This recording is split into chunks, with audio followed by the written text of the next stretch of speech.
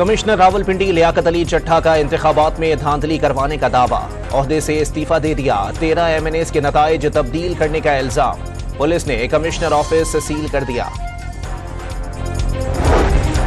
Chief justice ने commissioner Rawalpindi के इल्जामात बेबुनियाद करार दे दिए। सुप्रीम कोर्ट का अज खुद नोटिस न लेने का फैसला।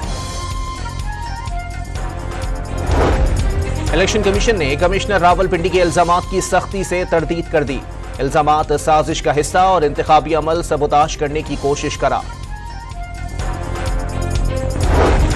मुस्लिम लीग नून का कमिश्नर रावलपिंडी की तहकीकात का मुतालबा, ये वही गिरोह है जिसने RTS बैठाया, मईशत को तबाह कर दिया।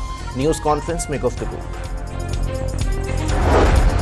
तहरीक इंसाफ का लियाकत चट्टा के इल्जामात की फौरी तहकीकात और रावलपिंडी डिवीजन के इलेक्शन कलअदम करार देने का मुतालबा। चीफ इलेक्शन कमिश्नर से इस्तीफा भी मांग लिया।